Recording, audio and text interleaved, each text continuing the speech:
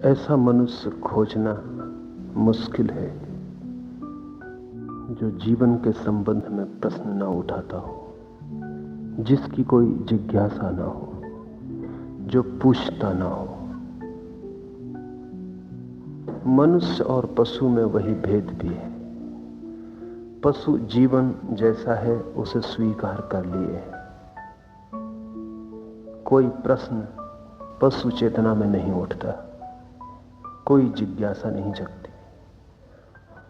आदमी जैसा है उतना होने से राजी नहीं। जानना भी चाहता है कि मैं क्या हूं, क्यों हूं, किस लिए हूं।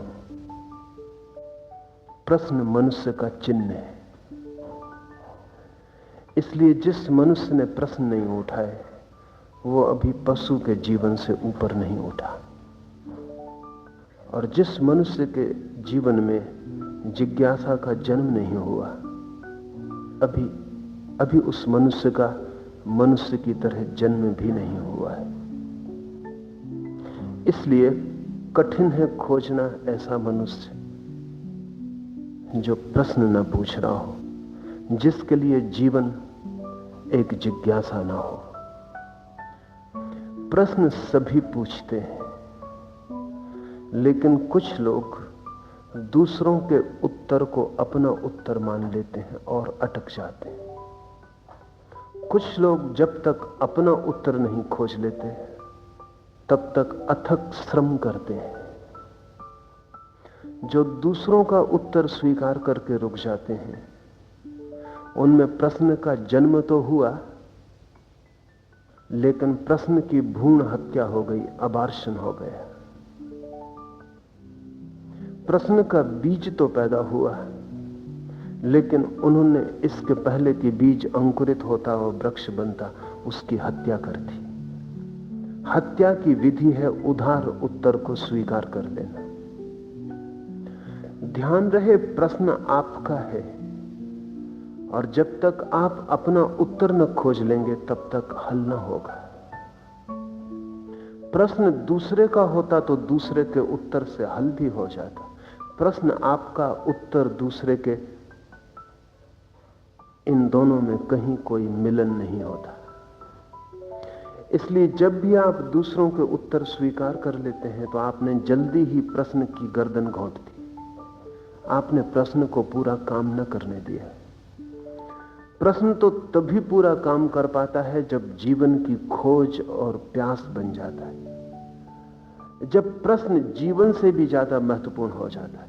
ये जानना कि जीवन क्या है जिस दिन जीवन से भी ज्यादा महत्वपूर्ण हो जाता है, उस दिन साधना का जन्म होता है। जिस दिन आप इस खोज के लिए जीवन को भी समर्पित करने को राजी हो जाते हैं, उस दिन आप जिज्ञासु ना रहे, मुमुक्षु हो गए। उस दिन प्रश्न सिर्फ बौद्धिक ना रहा, बल्कि आपके रोए रोए का हो गया, आपके समग्र जीवन का हो गया। और जिस दिन भी प्रश्न इतना गहन हो जाता है कि हमारी श्वास श्वास पूछने लगती है, उस दिन उत्तर दूर नहीं है। और ध्यान रहे, जिस भांति प्रश्न भीतर से आता है उसी भांति उत्तर भी भीतर से ही आएगा। प्रश्न बाहर से नहीं आते हैं, और बाहर से जो प्रश्न आते हैं उनका कोई भी मूल्य नहीं है। उन्हें बाहर के ही उत्तरों से निपटाया जा सकता है, लेकिन जो प्रश्न आपकी ही श्वासों और आपके ही प्राण के गहनता से उठते हैं, जो आपकी ही अंतरात्मा से जगते हैं, उन प्रश्नों का उत्तर भी आपकी अंतरात्मा में ही छिपा है। और जहां से प्रश्न आया है उसी गहराई में खोजने पर उत्तर भी उपलब्ध होगा। धर्म और दर्शन का यही फर्क है। दर्शन है प्रश्नों की बौद्धिक खोज, और धर्म है प्रश्नों की जीवंत खोज। बौद्धिक खोज का अर्थ है आपकी बुद्धि संलग्न है, आप पूरे के पूरे संलग्न नहीं। एक खंड जीवन का लगा है, लेकिन पूरा जीवन दूर है। धार्मिक खोज का अर्थ है कि बुद्धि ही नहीं, आपका हृदय ही नहीं, आपकी देह भी, आपकी समग्र आत्मा, आप जो भी हैं अपनी पूर्णता में, वो पूरी की पूरी खोज में लग गई है। और जिस दिन खोज अखंड होती है, पूरी होती है, उस दिन उत्तर दूर नहीं। महावीर ने जो भी कहा है ये एक दार्शनिक के वचन नहीं है, एक फिलोसोफर के वचन नहीं, प्लेटो या अरस्तु या कांट और हीगल के वचन नहीं है। महावीर ने जो भी कहा है ये एक धार्मिक अनुभूति को उपलब्ध व्यक्ति के वचन है। महावीर ने जो भी कहा है सोचकर नहीं कहा है, देखकर कहा है। इस भेद को ठीक से समझ लें, क्योंकि ये बहुत मौलिक है। सोचकर बहुत सी बातें कही जा सकती हैं, लेकिन सोचकर जो कहा जाता है वो कितना ही ठीक मालूम पड़े, ठीक नहीं हो सकता। कोई व्यक्ति प्रेम के संबंध में बहुत सी बातें सोच के कह सकता है। शास्त्र उपलब्ध हैं, प्रेम पर लिखे हुए काव्य उपलब्ध हैं, प्रेम की कथाएं, विश्लेषण उपलब्ध हैं। जिन्होंने प्रेम को जाना है उनके भी शब्द उपलब्ध हैं। ये सब पढ़े जा सकते हैं और आप भी प्रेम के संबंध में कोई धारणा बना सकते हैं, वो बुद्धि की होगी। लेकिन अगर आपको प्रेम का अपना निजी अनुभव नहीं है तो आप जो भी कहेंगे वो कितना ही ठीक मालूम पड़े, ठीक हो नहीं सकता। उसका ठीक मालूम पड़ना बहुत ऊपरी होगा, तार्किक होगा, शब्दगत होगा। क्योंकि जिसने प्रेम नहीं जाना वो प्रेम के संबंध में क्या कह सकता है। प्रेम की कोई फिलॉसफी नहीं हो सकती, प्रेम का सिर्फ अनुभव हो सकता है। लेकिन तब बड़ी कठिनाई है, क्योंकि जो जान ले प्रेम को उसे कहना मुश्किल हो जाता है। जो प्रेम को न जाने उसे कहना बहुत आसान है, क्योंकि उसे उस कठिनाई का पता ही नहीं है जो अनुभव से पैदा होती है। जिसने प्रेम को नहीं जाना वो दूसरों के शब्द दोहरा सकता है और सोचेगा बात पूरी हो गई। और जिसने प्रेम को जाना है उसके सामने एक बड़ा कठिन दुर्गम सवाल है, जो उसने जाना है उसे कैसे शब्दों में प्रविष्ट करे। क्योंकि जो जाना है वो विराट है, शब्द बहुत क्षुद्र है। जो जाना है वो आकाश की भांति है, शब्द छोटी मटकियों की भांति है, उनसे भी छोटे। उस बड़े आकाश को उन मटकियों में भरना, उस सागर को गागर में डालना अति कठिन है, असंभव है। महावीर जो भी कह रहे हैं वो उनका जाना हुआ है, वो उन्होंने सोचा नहीं है, वो उन्हें ध्यान से उपलब्ध हुआ है, विचार से नहीं। और विचार और ध्यान की प्रक्रियाएं विपरीत हैं। महावीर इस बोध के पहले 12 वर्ष तक मौन में रहे, तब उन्होंने सब विचार करना छोड़ दिया। तब उन्होंने सारी बुद्धि तिलांजलि दे दी बुद्धि को। तब उन्होंने चिंतना एक तरफ हटा दी, वे सिर्फ मौन होते चले गए। 12 वर्ष लंबा समय है, निश्चित ही मौन होना कठिन है। और महावीर को 12 वर्ष लगते हैं तो सोच सकते हैं साधारण व्यक्ति को जीवन लग जाएंगे। चुप होना कठिन है, क्योंकि चुप होना एक तरह की मृत्यु है। आप जीते ही विचार में, और जब विचार चलता होता है तब आपको लगता है आप हैं, और जब विचार खोने लगते हैं तो आप भी खोने लगते हैं। विचार बिखरने लगते हैं, आप भी बिखरने लगते हैं। और जब विचार के सब बादल खो जाते हैं तो शून्य रह जाता है भीतर। वो शून्य महामृत्यु जैसा मालूम होता है। उस महामृत्यु के लिए जो तैयार होता है वो ध्यान में प्रवेश पाता है, और ध्यान के बाद ही अनुभव है। विचार से कोई अनुभव नहीं होता। सच विचार तो अनुभव में बाधा है। जब आप सोचने लगते हैं तब आप अनुभव से टूट जाते हैं। जब आप सोचते नहीं केवल होते हैं तब आप अनुभव से जुड़ते हैं। तो महावीर 12 वर्ष तक अपने विचार को काटते हैं, छोड़ते हैं, एक एक ग्रंथि विचार की एक एक गांठ खोलते हैं।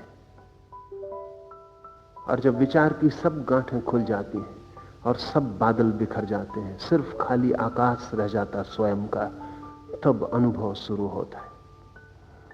इस अनुभव से जो वाणी प्रकट हुई है उस पर ही हम विचार करने जा रहे हैं। इसे सोचेंगे आप तो भूल में पड़ जाएंगे। इससे सोचना कम, हृदय को खोलना ज्यादा, ताकि ये ऐसे प्रवेश कर सके भीतर जैसे बीज जमीन में प्रवेश कर जाता है। जमीन बीज के संबंध में विचार करने लगे कि पहले सोच लूं, समझ लूं, इस बीज को गर्भ देना है या नहीं, तो जमीन कुछ भी ना सोच पाएगी, क्योंकि बीज में कोई फूल प्रकट नहीं है, बीज में कोई वृक्ष भी प्रकट नहीं है। होगा, वो संभावना है, अभी वास्तविक नहीं है, अभी सब भविष्य में छिपा है। लेकिन जमीन बीज को स्वीकार कर लेती, बीज टूट जाता है, भीतर जाके जमीन उसे पचा लेती, बीज मिट जाता है, खो जाता है। और जब बीज खो जाता है बिल्कुल, कि जमीन को पता भी नहीं चलता कि मुझसे अलग कुछ है, तब अंकुरित होता है, तब एक नए जीवन का जन्म होता है और वृक्ष पैदा होता है।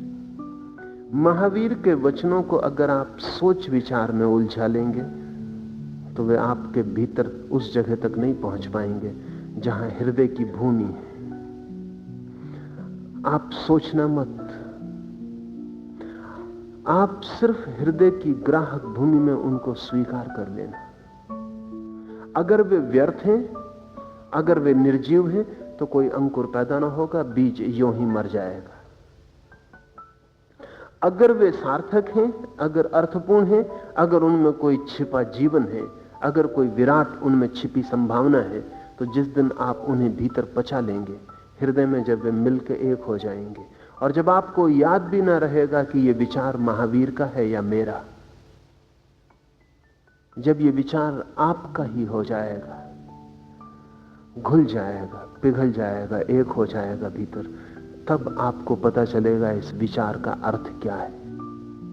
क्योंकि तभी आपके भीतर इस विचार के माध्यम से एक नए जीवन का जन्म होगा, एक नई सुगंध, एक नया अर्थ, एक नए क्षितिज का उद्घाटन। तो विचार के साथ हम दो तरह का व्यवहार कर सकते हैं। एक तो आलोचक का व्यवहार है कि वो सोचेगा, काटेगा, विश्लेषण करेगा, तर्क करेगा। आपको मना नहीं करता, अगर महावीर के साथ आपको आलोचक होना है, आप हो सकते हैं, लेकिन आप महावीर जो दे सकते हैं उससे वंचित रह जाएंगे। दूसरा ग्राहक का, प्रेमी का, भक्त का है दृष्टिकोण। सोचता नहीं, सिर्फ रिसेप्टिविटी, सिर्फ संवेदनशील होता है, स्वीकार कर लेता है, हृदय में छिपा लेता है और प्रतीक्षा करता है उस दिन की जिस दिन इस बीज में से अंकुर पैदा होगा, तभी पूरा अर्थ प्रकट होगा। यहां मैं आपको समझाने की कोशिश करूंगा कि महावीर का प्रयोजन क्या है, लेकिन उस कोशिश से आप अर्थ को ना जान पाएंगे। उस कोशिश से तो इतना ही हो सकता है कि आप राजी हो जाएं और हृदय को खुला छोड़ दें, द्वार दरवाजे खोल दें, ताकि ये किरण भीतर प्रवेश कर जाए। मेरी कोशिश आपके हृदय का दरवाजा खोलने की होगी, आपकी बुद्धि को समझाने की नहीं। अर्थ तो तभी प्रकट होगा जब बीज आपके भीतर प्रविष्ट हो जाएंगे और आप उन्हें पचा लेंगे। ध्यान रहे, किसी चीज का आहार कर लेना ही काफी नहीं, उसका पचना जरूरी है। इसलिए महावीर को दो तरह के लोग अपने भीतर लेते हैं। पंडित भी अपने भीतर ले लेता है, लेकिन वो पचा नहीं पाता। वो जो आहार कर लेता है वो अन्न पचा रह जाता।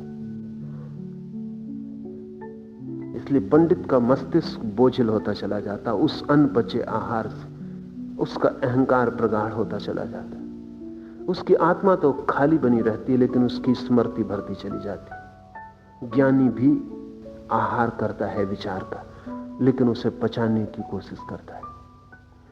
और जब तक वो खून न बन जाए, अपना न हो जाए, जब तक बहने न लगे रग रग में, जब तक अपने जीवन का एक भाग न हो जाए, तब तक चैन नहीं लेता। अगर आपको पंडित बनना हो तो आलोचक की दृष्टि से सोचना, और अगर आपको ज्ञानी की तरफ यात्रा करनी हो तो एक भक्त के भाव से सोचना। जैसा हमारा जीवन है, वहां कोई चाहिए जो हमें झकझोर दे और हमारी यात्रा को पलट दे।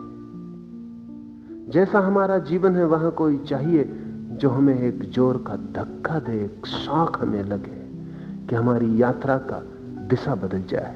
मैंने सुना है कि मुल्ला नसरुद्दीन शिकागो से एक संध्या एक ट्रेन में सवार हुआ। जिस डब्बे में था एक और वृद्ध महिला भी थी, बस वे दो ही थे। गाड़ी को छूटे 5-7 मिनट ही हुए होंगे कि वृद्ध महिला को ख्याल आया कि जो यात्री साथ में है वो रो रहा है। सोचा उसने किसी परिजन से बिछुड़ना हुआ होगा। बोलना उचित ना समझा।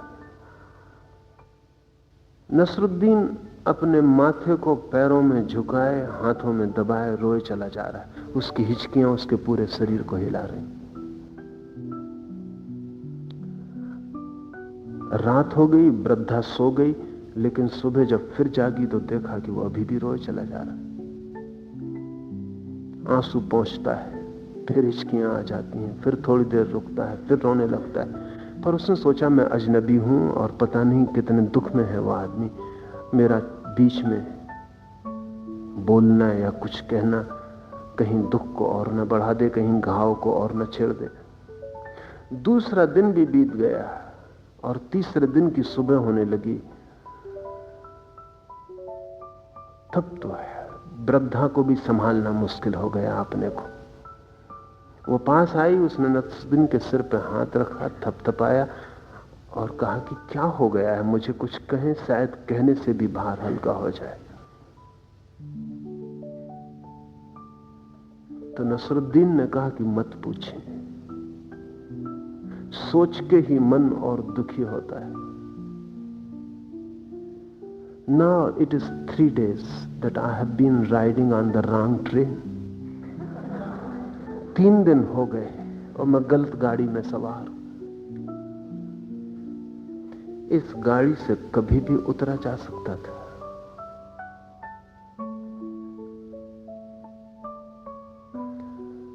नसरुद्दीन पे आपको हंसी आ सकती है,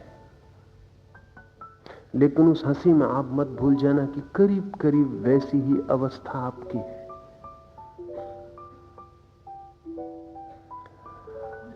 तीन दिन ही नहीं, न मालूम कितने जन्मों से आप गलत गाड़ी में सवार हैं। रो भी रहे हैं, ऐसा भी नहीं कि नहीं रो रहे हैं, बुरी तरह रो रहे हैं, हिचकियां बंधी हैं, आंखें गीली हैं, सुख कहीं दिखाई नहीं पड़ता, दुख ही दुख है। फिर भी गाड़ी में बैठे हुए हैं और जिससे दुख हो रहा है, जिससे गलत दिशा में जा रहे हैं, उसको आपका पूरा सहयोग है। इसे थोड़ा ठीक से अपनी तरफ देखेंगे तो ख्याल में आ जाएगा कि जहां जहां आप गलत जा रहे हैं, वहीं वहीं आपकी ऊर्जा सहयोग कर रही है। जो जो जीवन में गलत है, उसी उसी के आप सहयोगी और साथी हैं। और जीवन में जो जो श्रेष्ठ है, जहां से यात्रा का रुख बदल सकता है, पूरे जीवन का ढंग बदल सकता है, उस तरफ आपका कोई सहयोग नहीं है। उसे आप सुन भी लेते हैं तो भी वो कभी आपके जीवन की मूल धारा नहीं बन पाता। मूल धारा तो आपकी गलत ही बनी रहती है। फिर इस गलत मूल धारा के बीच जो आप ठीक भी सुन लेते हैं, उसकी भी आप जो व्याख्या करते हैं, वो भी इस गलत को सहयोग देने वाली होती है, क्योंकि व्याख्या आप करेंगे। इसलिए मैंने कहा कि आप सोचना विचारना मत। महावीर की तरफ एक सहानुभूति, एक प्रेम के रुख की जरूरत है, क्योंकि जो भी आप सोचेंगे वो आप सोचेंगे और आप गलत हैं। आपके निर्णय के ठीक होने का कोई उपाय नहीं। अगर आपके निर्णय ठीक हो सकते तो आप खुद कभी के महावीर हो गए होते। महावीर को सुनने समझने की कोई जरूरत नहीं थी।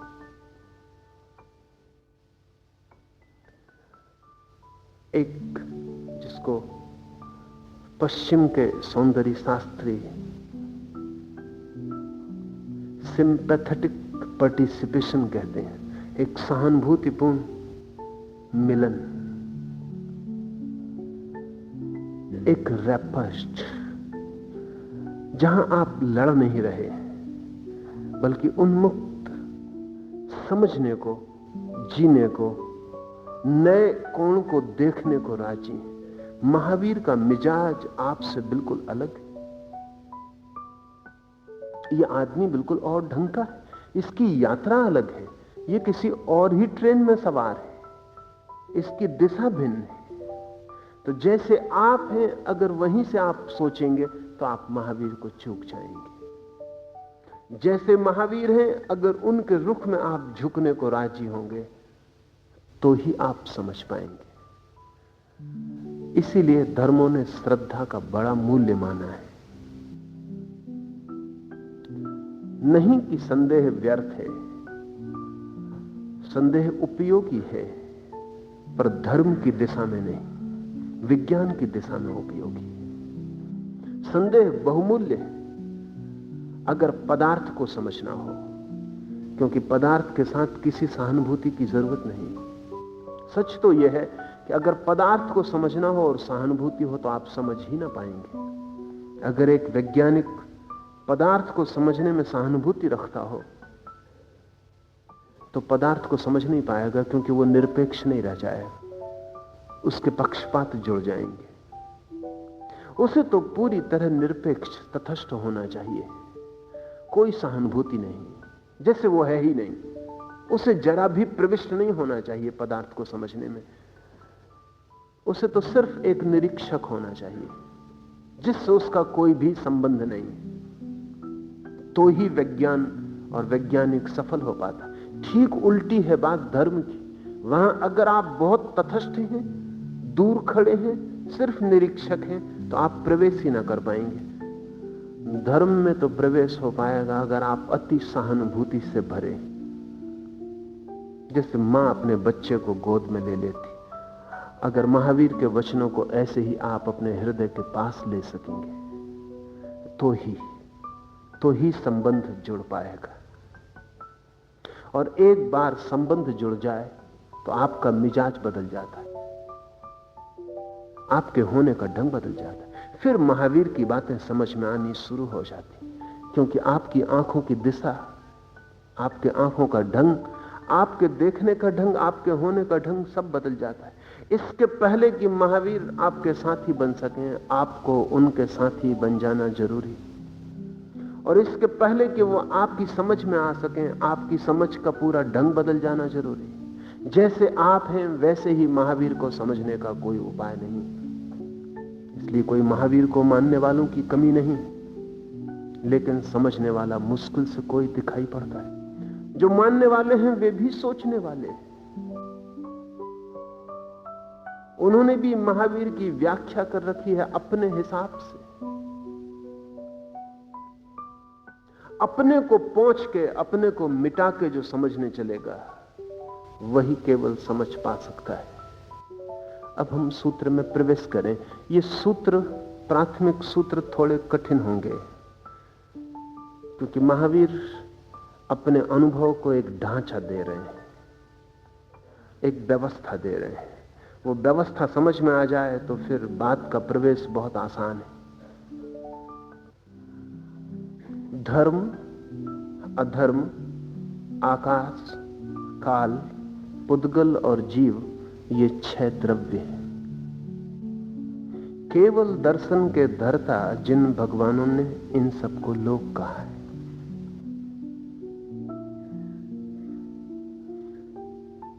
पहली बात, महावीर और जैनों के बाकी 23 तीर्थंकर किसी शास्त्र में विश्वास नहीं करते। किसी वेद, किसी कुरान, किसी बाइबल में उनका विश्वास नहीं,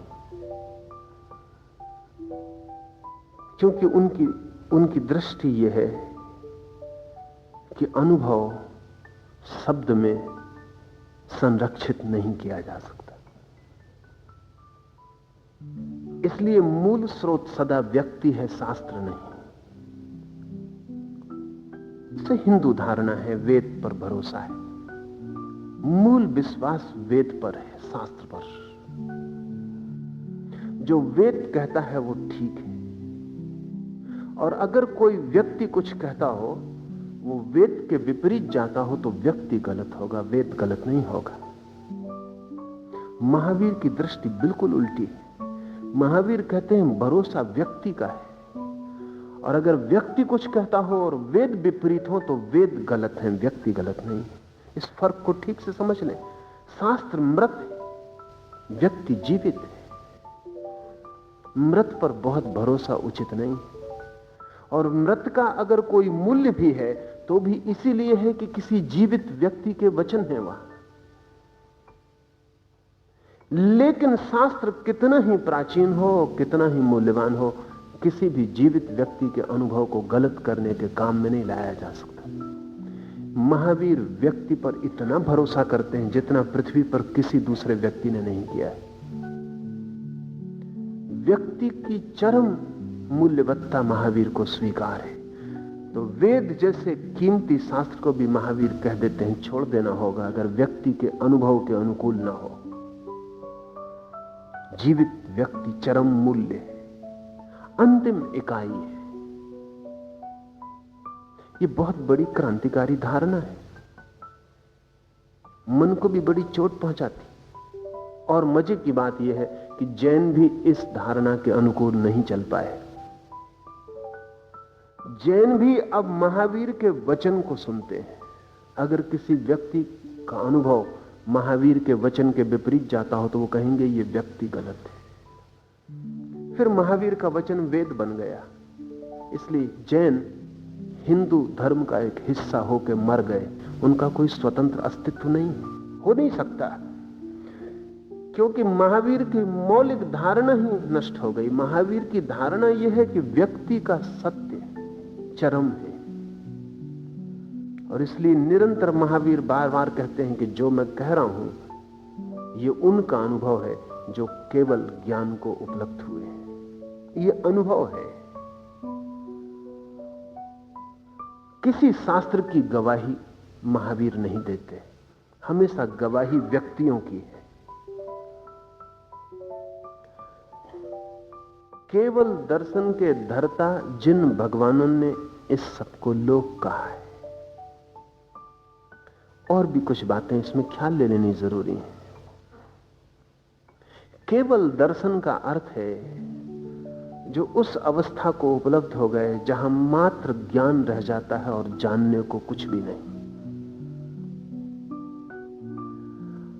हम जब भी कुछ जानते हैं तो कुछ जानते हैं, कोई ऑब्जेक्ट।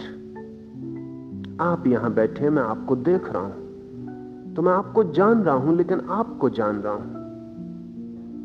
फिर आप यहां से हट जाएं और जानने को कुछ भी ना बचे, सिर्फ मेरा जानने वाला रह जाए, सो ना जाए, मूर्छित ना हो जाए, होश में हो, जानने को कुछ भी ना बचे और सिर्फ जानने वाला बच जाए। मन के पर्दे पर से सारी तस्वीरें खो जाएं और सिर्फ चेतना का प्रवाह बच जाए। उस अवस्था को महावीर केवल ज्ञान कहते हैं, शुद्ध ज्ञान, मात्र ज्ञान। जो ऐसे मात्र ज्ञान को उपलब्ध हो जाते हैं उनको महावीर जिन कहते हैं। जिन का अर्थ है जिन्होंने जीत लिया, जिन्होंने जीवन की परम विजय उपलब्ध कर ली, जिनको जीतने को अब कुछ भी ना बचा। और ऐसे जिनों को महावीर भगवान कहते हैं। यह भी समझ लेना जरूरी है कि महावीर के लिए भगवान का वही अर्थ नहीं है जो हिंदुओं के लिए है, ईसाइयों के लिए है, मुसलमानों के लिए। महावीर के भगवान की बड़ी अनूठी अवधारणा है। तीन बातें ख्याल में लेनी जरूरी हैं। एक तो महावीर कहते हैं उतने ही भगवान हैं जितनी आत्माएं। भगवान एक नहीं है।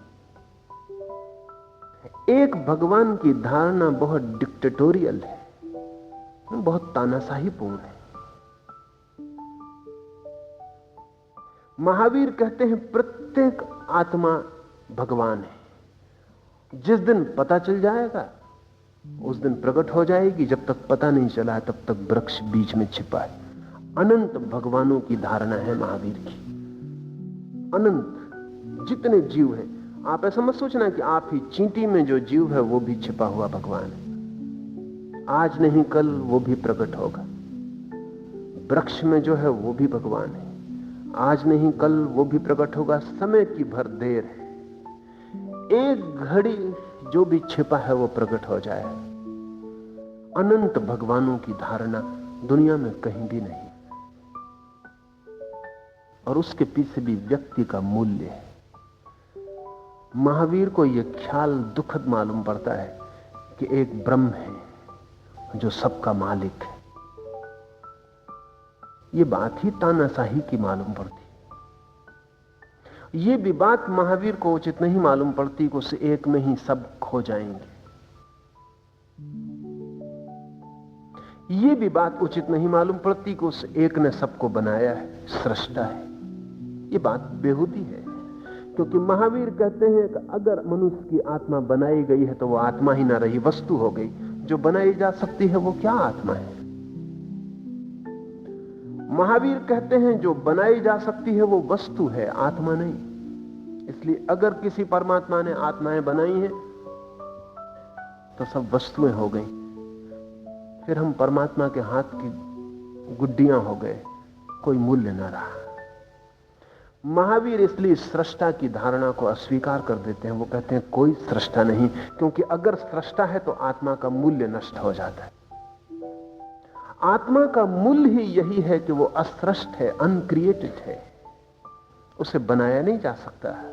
जो भी चीज बनाई जा सकती है वो वस्तु होगी, यंत्र होगी, कुछ भी होगी, लेकिन जीवंत चेतना नहीं हो सकती। थोड़ा सोचें, जीवंत चेतना अगर बनाई जा सके तो उसका मूल्य, उसकी महिमा, उसकी गरिमा सब खो गई। इसलिए महावीर कहते हैं कोई सृष्टा परमात्मा नहीं। फिर महावीर कहते हैं जो बनाई जा सकती है वो नष्ट भी की जा सकती है। ध्यान रहे, जो भी बनाया जा सकता है वो मिटाया जा सकता है। अगर परमात्मा कोई है आकाश में जिसने कहा कि बन जाओ और आत्माएं बन गई, वो किसी भी दिन कह दे मिट जाओ, आत्माएं मिट जाएं, ये मजाक हो गया, जीवन के साथ व्यंग हो गया। इसलिए महावीर कहते हैं न तो आत्मा बनाई जा सकती और न मिटाई जा सकती। जो न बनाया जा सकता, जो न मिटाया जा सकता, उसको महावीर द्रव्य कहते हैं, सब्सटेंस। इनकी परिभाषा को समझ लेना आप। द्रव्य उसको कहते हैं जो न बनाया जा सकता और न मिटाया जा सकता, जो है। इसलिए महावीर कहते हैं जगत में जो भी मूल द्रव्य हैं वो हैं सदा से, उनको किसी ने बनाया नहीं है और उनको कभी कोई मिटा भी नहीं सकेगा। आधुनिक विज्ञान महावीर से राजी है। जैनों की वजह से महावीर का विचार वैज्ञानिकों तक नहीं पहुंच पाता। अन्यथा आधुनिक विज्ञान जितना महावीर से राजी है उतना किसी से भी राजी नहीं। अगर आइंस्टीन को महावीर की समझ आ जाती तो आइंस्टीन महावीर की जितनी प्रशंसा कर सकता था उतना कोई भी नहीं कर सकता। लेकिन जैनों के कारण बड़ी कठिनाई है। एक मित्र मेरे पास आए थे, महावीर की 2500वीं वर्षगांठ आती, तो मुझसे कहने लगे कि किस भांति हम इसको मनाएं कि सारे जगत को महावीर के ज्ञान का प्रसार मिल जाए। तो मैंने उनको कहा कि आप जब तक हैं तब तक बहुत मुश्किल है। आप ही उपद्रव हैं, आप ही बाधा हैं। महावीर विराट हो सकते हैं लेकिन जैनों का बड़ा संकीर्ण घेरा है, और जैनों की संकीर्ण बुद्धि के कारण महावीर की जो तस्वीर दुनिया के सामने आती है वो बड़ी संकीर्ण हो जाती। महावीर का खुल के अध्ययन भी नहीं हो पाता। बंधी लकीरों वाले लोग कुछ भी नहीं खोज सकते। महावीर की पुनः खोज की जरूरत है, लेकिन तब बंधी लकीरें तोड़ देनी पड़ेंगी। महावीर की यह धारणा की द्रव्य, उसको कहते हैं महावीर, जिसको आज विज्ञान एलिमेंट कहता है। वो कभी नष्ट नहीं होता और कभी बनाया भी नहीं जाता। रूपांतरित होता है, बनता है, बिगड़ता है, लेकिन बढ़ना और बिगड़ना सिर्फ रूप का होता है, मूल तत्व नहीं बनता और बिगड़ता।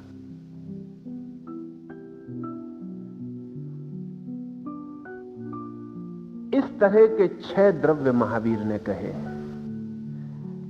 पहला द्रव्य है धर्म, दूसरा अधर्म, तीसरा आकाश, चौथा काल, पांचवा पुद्गल, छठवां जीव। परमात्मा की कोई जगह नहीं है। ये 6 मूल द्रव्य, ये 6 सदा से हैं और सदा रहेंगे। और जो कुछ भी हमें बीच में दिखाई पड़ता है वो इन 6 का मिलन, बिछड़न, इनका आपस में जुड़ना और अलग होना। सारा संसार संयोग है। ये 6 मूल द्रव्य हैं। अनंत आत्माएं हैं और हर आत्मा परमात्मा होने की क्षमता रखती। इसलिए महावीर के परमात्मा की धारणा को ठीक से समझ लें। महावीर कहते हैं आत्मा की 3 अवस्थाएं हैं। एक अवस्था है आत्मा की बहिर आत्मा, जब चेतना बाहर की तरफ बहती रहती। दूसरी अवस्था है आत्मा की अंतरात्मा, जब चेतना भीतर की तरफ बहती। वासना में बहती है बाहर की तरफ, विचार में बहती है बाहर की तरफ, तब आप बहिर आत्मा है। आत्मा की निम्नतम अवस्था। ध्यान में बहती है भीतर की तरफ, मौन में बहती है भीतर की तरफ, तब आप अंतरात्मा है। आत्मा की दूसरी अवस्था। और आत्मा की तीसरी अवस्था है जब चेतना कहीं भी नहीं बहती, न बाहर की तरफ न भीतर की तरफ, सिर्फ होती है, बहना बंद हो जाता, कोई गति और कोई कंप नहीं रह जाता, समाधि। उस तीसरी अवस्था में आत्मा का नाम परमात्मा है। बहिरात्मा से अंतरात्मा, अंतरात्मा से परमात्मा, और अनंत आत्माएं हैं इसलिए अनंत परमात्मा है। और कोई आत्मा किसी में लीन नहीं हो जाती, क्योंकि प्रत्येक आत्मा अपने में स्वतंत्र द्रव्य है। अंतिम अवस्था में कोई भेद नहीं रह जाता दो आत्माओं में, कोई भेद नहीं रह जाता, कोई दीवार नहीं रह जाती, कोई अंतर नहीं रह जाता, किसी तरह का विवाद विरोध नहीं रह जाता। लेकिन फिर भी प्रत्येक आत्मा निजी होती, इंडिविजुअल होती। ये 6 द्रव्य भी महावीर के बड़े अनूठे, इनकी व्याख्या समझने जैसी है। धर्म द्रव्य का लक्षण है गति। बहुत अनूठी दृष्टि है। महावीर कहते हैं जिससे भी गति होती है वो धर्म है, और जिससे भी गति रुकती है वो अधर्म है। जिससे भी विकास होता है वो धर्म है, जिससे भी अभिव्यक्ति अपनी पूर्णता की तरफ पहुंचती है वो धर्म है, और जिससे भी विकास रुकता है वो अधर्म है। अधर्म को महावीर कहते स्थिति का तत्व, रोकने वाला, और धर्म को महावीर कहते हैं गति का तत्व, बढ़ाने वाला। दोनों हैं। आप पर निर्भर है कि आप किस तत्व के साथ अपने को जोड़ लेते हैं। अगर आप अधर्म के साथ अपने को जोड़ लेते हैं तो आप रुक जाते, जन्मों जन्मों तक रुके रह सकते हैं। अगर आप धर्म के साथ अपने को जोड़ लेते हैं तो बढ़ना शुरू हो जाता। एक मछली है, तैरने की क्षमता है उसमें, लेकिन वो भी पानी का सहारा ना ले तो तैर ना पाएगी। क्षमता है, पानी का सहारा ले तो तैर पाएगी। आपकी क्षमता है परमात्मा होने की, लेकिन धर्म का सहारा ले तो तैर पाएंगे, अधर्म का सहारा ले तो रुक जाएंगे। अगर आप बहिर आत्मा होकर रह गए हैं तो उसका कारण है कि आपने कहीं अधर्म का सहारा ले लिया। ये बहुत सोचने जैसी बात है। महावीर बुराई को अधर्म नहीं कहते हैं, जो भी रोक लेती है बात वही अधर्म है। तब बुरे की व्याख्या भी नई हो जाती। बुरे का अर्थ, अशुभ का अर्थ, पाप का अर्थ बड़ा नया हो जाता है। जीवन में जहां जहां रोकने वाले तत्व हैं और उनके साथ आपका जो गठबंधन है वही अधर्म है। धर्म खोलेगा, मुक्त करेगा, स्वतंत्र करेगा, बंधनों को काटेगा। नाव बंधी है किनारे से, उसे किनारे की खूंटियों से अलग करेगा। और जैसे जैसे किनारे की खूंटियां हटती जाएंगी, नाव मुक्त हो जाएगी गति करने को। कहां कहां हम बंधे,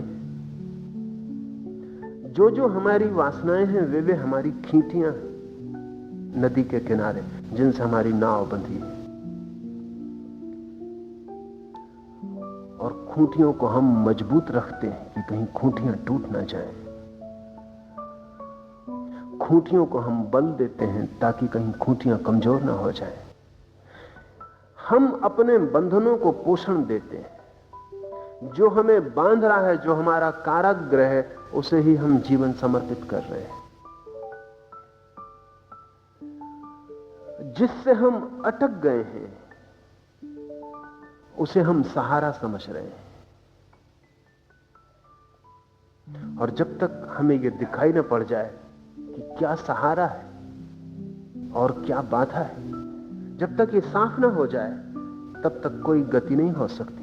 तो अगर महावीर अपने राजमहल को छोड़कर चले जाते हैं तो आप ये मत सोचना कि राजमहल में कुछ बुराई है जिसकी वजह से छोड़ के चले जाते हैं। धन वैभव छोड़ देते हैं तो आप ये मत सोचना कि धन वैभव में कोई बुराई है।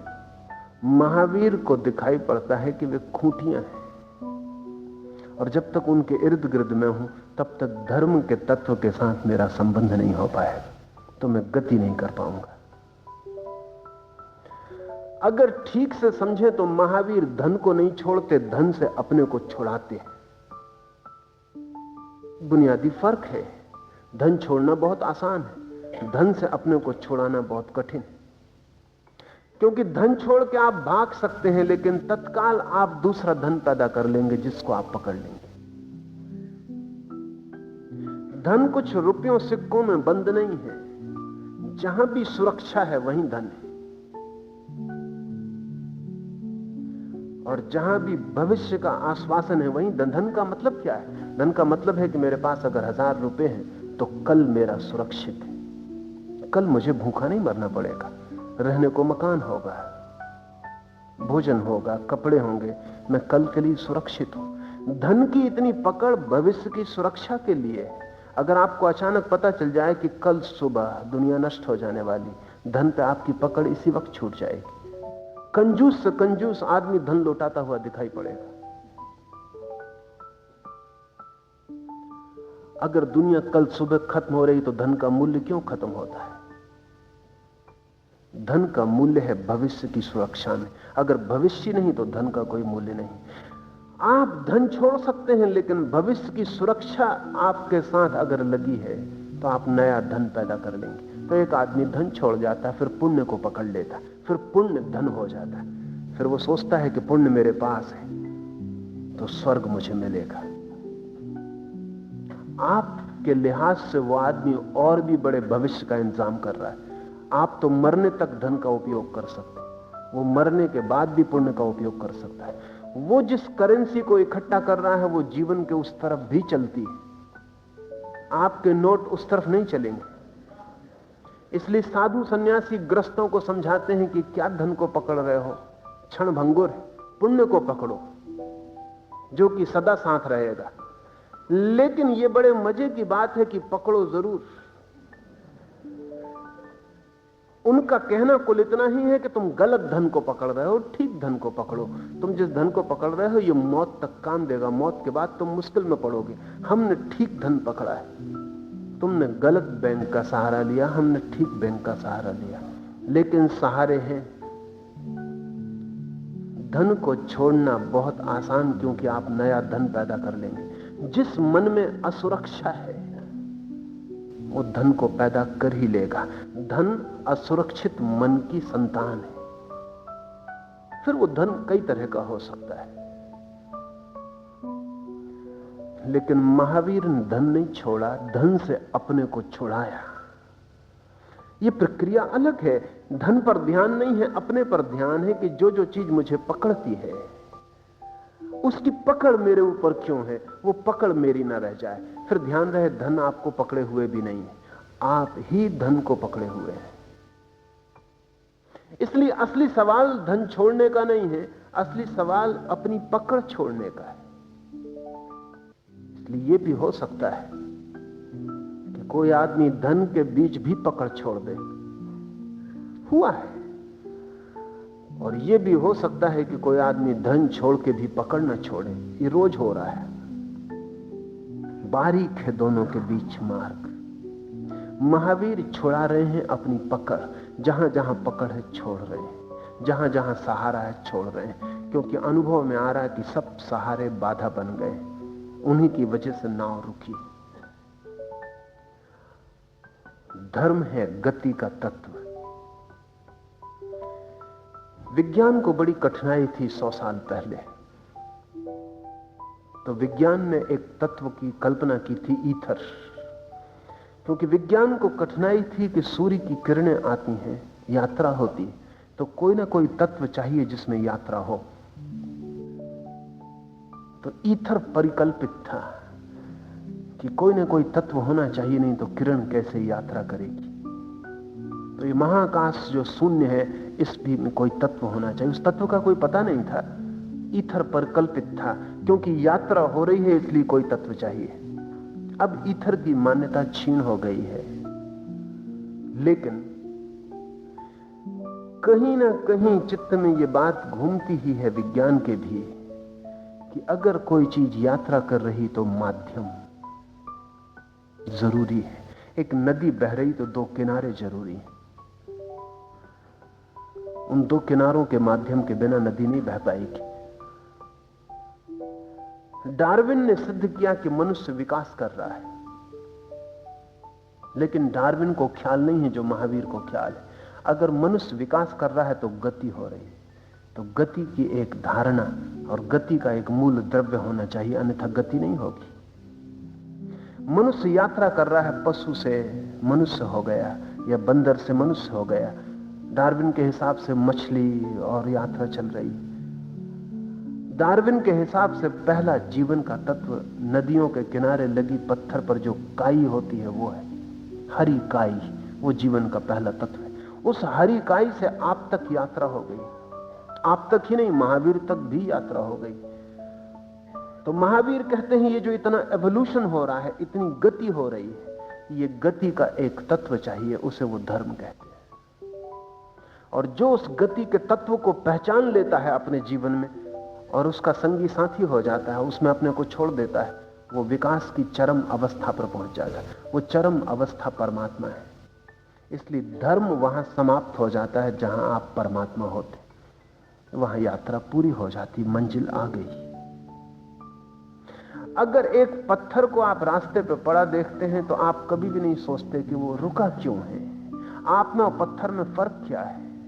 पत्थर के पास ही एक पौधा उग रहा है, उस पौधे में पत्थर में फर्क क्या है? पौधा बढ़ रहा है, गतिमान है, पत्थर अगतिमान है, रुका है, ठहरा है।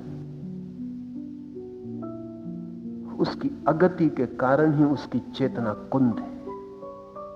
वहां भी परमात्मा छिपा है, लेकिन अधर्म को बड़े जोर से पकड़ा है, इतने जोर से पकड़ा है कि कोई भी गति नहीं हो रही। गति के 2 बिंदु हम ख्याल में ले लें। एक पत्थर जैसी अवस्था, बंद सब तरफ से, कुछ प्रवेश नहीं करता, कोई प्रवाह नहीं है, सब ठहरा हुआ, फ्रोजन, जमा हुआ। और फिर एक तरल अवस्था महावीर की, जहां कुछ भी ठहरा हुआ नहीं, कुछ भी अटका हुआ नहीं, कुछ भी रुका हुआ नहीं, जीवंत प्रवाह है, मात्र प्रवाह है। अधर्म और धर्म, हम आमतौर से सोचते हैं अधर्म को नीति की भाषा में, धर्म को नीति की भाषा में। महावीर सोचते हैं विज्ञान की भाषा में, नीति की भाषा में नहीं। इसलिए जो चीज भी आपको परमात्मा की तरफ ले जा रही है वो धर्म है। ये भी प्रत्येक व्यक्ति को सोचने जैसा है कि क्या उसे परमात्मा की तरफ ले जाएगा।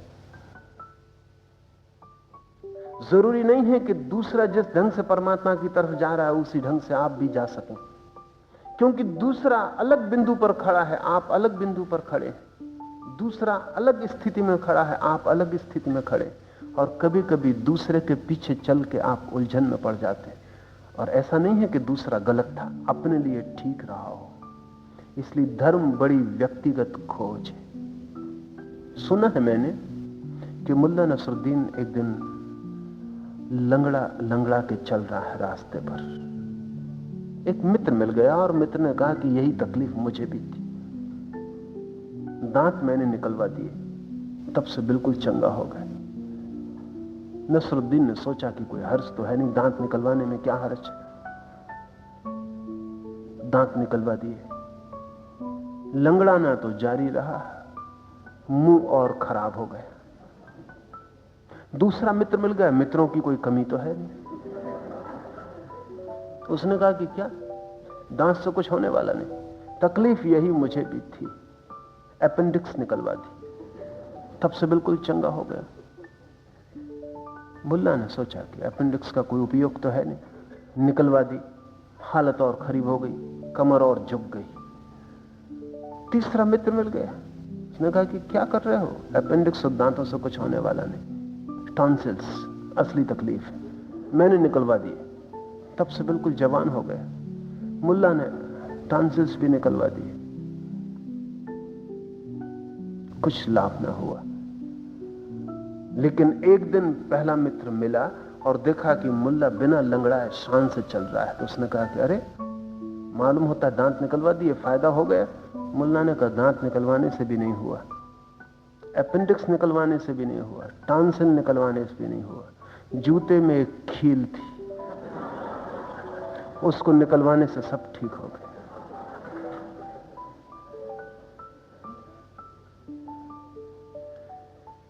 मित्रों से सावधान, गुरुओं से सावधान। हो सकता है उनको दांत निकलवाने से लाभ हुआ हो, कोई उनकी गलती नहीं है, लाभ हो सकता है। तकलीफ क्या थी इस पर निर्भर है। आप अपनी तकलीफ पहचान लें, अपनी स्थिति, अपना बिंदु, वहीं से यात्रा होगी। आप जहां से महावीर बोल रहे हैं वहां से यात्रा नहीं कर सकते, जहां से मैं बोल रहा हूं वहां से यात्रा नहीं कर सकते, जहां से कोई भी बोल रहा है वहां से यात्रा नहीं कर सकते। आप तो यात्रा वहीं से करेंगे जहां आप खड़े। इसलिए अपने जीवन में एक सतत निरीक्षण चाहिए कि क्या है जो मुझे रोक रहा है, क्या है जिससे मैं कुंद हो गया, पत्थर हो गया, क्या है जिससे मैं जड़ हो गया, और क्या है जो मुझे खोलेगा, और क्या मुझे खोलता है।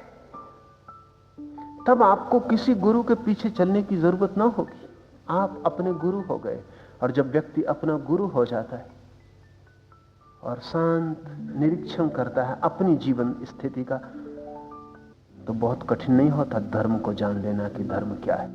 आप अगर खुद ही निरीक्षण करेंगे तो आप पाएंगे क्रोध आपको बांधता है, रोकता है, जड़ कर देता है, मूर्छित करता है, होश खो जाता है। आप रुग्ण होते हैं, एक अस्थायी रूप से पागल हो जाते हैं। मनोवैज्ञानिक तो कहते हैं टेम्पररी मैडनेस है। पागल जो स्थायी रूप से होता है, क्रोध में आप अस्थायी रूप से हो जाते हैं, बाकी आप हो वही जाते हैं। आप नीचे गिर रहे हैं, बहिर आत्मा हो रहे हैं। जब आप किसी के प्रति दया और करुणा से देखते हैं तो ठीक उल्टी घटना घटती है, क्रोध से उल्टी। आप खुलते हैं, बनते नहीं, मुक्त होते हैं। खूंटी टूटती है, नाव खुलती है, आप बहते हैं। जब भी आप करुणा के क्षण में होते हैं तब आप पाते हैं शरीर का बोझ खो गया। जब आप क्रोध में होते हैं तो पूरी ग्रेविटेशन, सारी जमीन आपको नीचे की तरफ खींचती है। जब आप क्रोध में होते हैं तब आप बचनी हो जाते, जब आप करुणा में होते हैं तब आप हल्के हो जाते। अपने ही भीतर निरंतर कसना है और खोजना है कि क्या मुझे मुक्त करता है और क्या मुझे बांधता है, क्या है अधर्म और क्या है धर्म। ये प्रत्येक व्यक्ति को रोज रोज कस के जानने की बातें हैं। इनके कोई बंधे सूत्र वेद में उपलब्ध नहीं है, यही महावीर का आग्रह है। कोई किताब नहीं है जो आपके लिए काम दे देगी।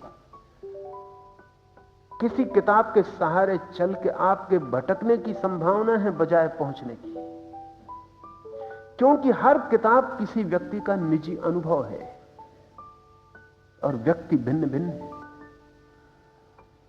और धर्म का प्रत्येक व्यक्ति का अपना प्राथमिक अनुभव अलग अलग होगा।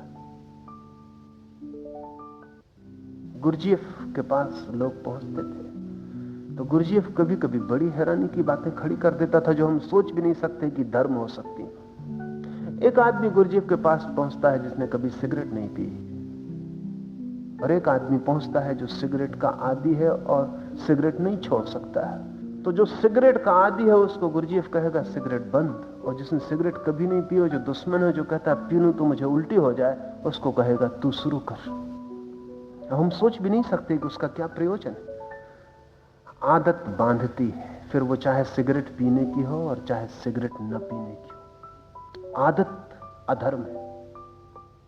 तो गुरुजी बड़ी उल्टी बात कह रहा है, वो जिसने कभी नहीं पियो जो कहता मैं अगर कोई दूसरा भी पी रहा हो तो मेरे भीतर मतली खड़ी हो जाती, उल्टी होने लगती।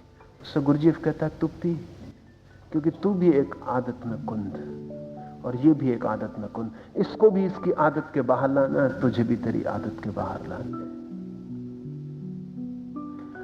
आदत अधर्म है। गुरजीएफ को महावीर का कोई पता नहीं था, नहीं तो बड़ा खुश होता।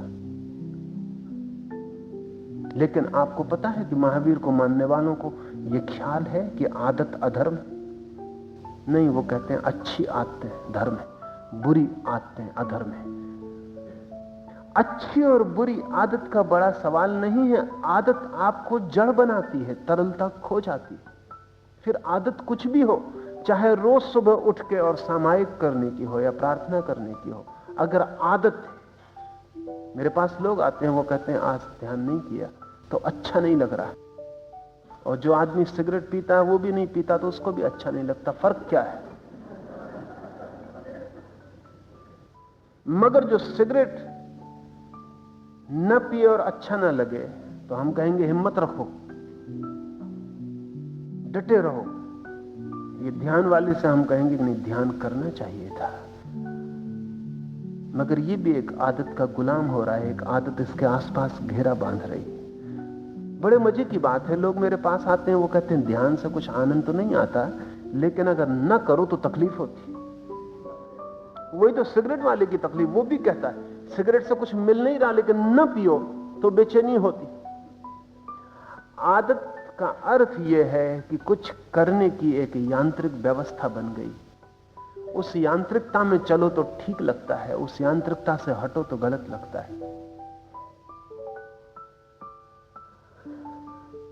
अयांत्रिक होना धार्मिक होना है, नॉन मैकेनिकल होना। कोई आदत पकड़े ना, कारागृह ना बने, और आदत से चेतना सदा मुक्त रहे।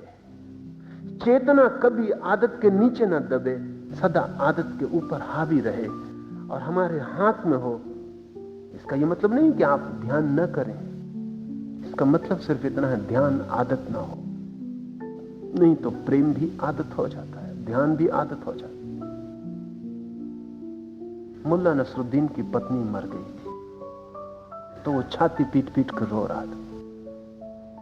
मित्रों ने सलाह दी कि ऐसा भी क्या है, 6 महीने में सब घाव भर जाए, तुम फिर किसी के प्रेम में गिरोगे, फिर तुम शादी करोगे। ऐसा मत जार जार होकर रो, सभी घाव भर जाते हैं, सिर्फ समय की बात है। मुल्ला ने कहा 6 महीने और आज रात में क्या करूंगा। वो पत्नी के लिए रो भी नहीं रहे।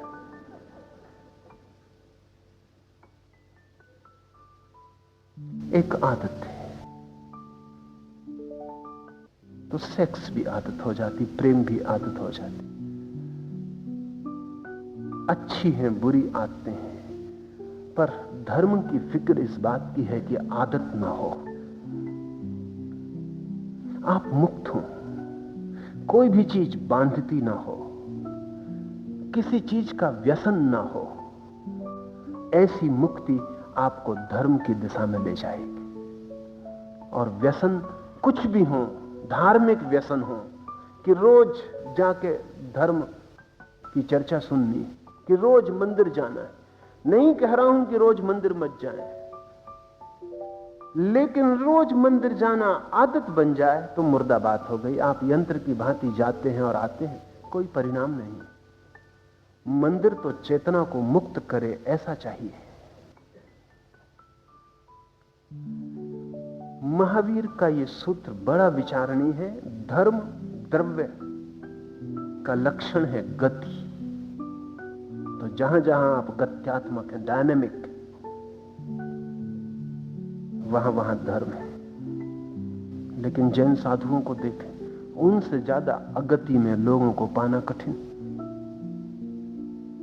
जैन साधु को कोई गत्यात्मक नहीं कह सकता कि उसमें गति है। गति है ही नहीं। 2500 साल पहले जो जैन साधु की लक्षणा थी वही अब भी है। 2500 साल में समय जैसे बहा ही नहीं, चीजें बदली ही नहीं। वो अभी भी वहीं जी रहा है। 2500 साल पहले सब कुछ बदल गया, लेकिन वो अपनी आत्मा से जकड़ा है, वो वहीं खड़ा है। और फिर भी वो सूत्र रोज पढ़ता है कि धर्म का लक्षण है गति। अगर धर्म का लक्षण है गति, तो जैन साधु से ज्यादा क्रांतिकारी व्यक्तित्व दूसरा नहीं होना चाहिए। उसे तो रुकना ही नहीं चाहिए, उसे तो जीवन के प्रवाह में गतिमान होना चाहिए। लेकिन वो ठहरा हुआ है, जड़ की तरह, पत्थर की तरह। और जितना पथरीला हो उतने अनुयायी कहते हैं कि तपस्वी है। जितनी जरा सी उसमें हलन चलन दिखाई पड़े, जरा सा कोई अंकुरित होता दिखाई पड़े, तो वो आदमी विद्रोही है, वो आदमी ठीक नहीं है, वो मार्ग से च्युत हो गया। अगर गति दिखाई पड़े तो मार्ग से च्युत, अगर अगति दिखाई पड़े तो बिल्कुल ठीक। हम सब अगति के पूजक हैं, हम अधर्म के पूजक हैं, इसलिए हम सब ऑर्थोडॉक्स हैं। ध्यान रहे, अगर महावीर की बात हमारे ख्याल में आ जाए तो ऑर्थोडॉक्स धर्म जैसी कोई चीज नहीं हो सकती, या हो सकती। जो भी ऑर्थोडॉक्स होगा, रूढ़ होगा, वो अधर्म होगा। धर्म तो सिर्फ क्रांतिकारी ही हो सकता है। धर्म का कोई रूप जड़ नहीं हो सकता, प्रवाहमान होगा, उसमें गति होगी। मैं तो कहता हूं कि धर्म यानी क्रांति, और जिस दिन धर्म क्रांति नहीं रहता उस दिन संप्रदाय बन जाता, और जैसी संप्रदाय बनता है वैसे ही व्यर्थ, बोझ, कारागृह हो जाता। धर्म का लक्षण है गति, अधर्म का लक्षण है स्थिति, स्टेटस को, ठहरे होना। आप अगर ठहरे हैं तो अधार्मिक है, चाहे रोज मंदिर जा रहे हो, चाहे रोज पूजा कर रहे हो।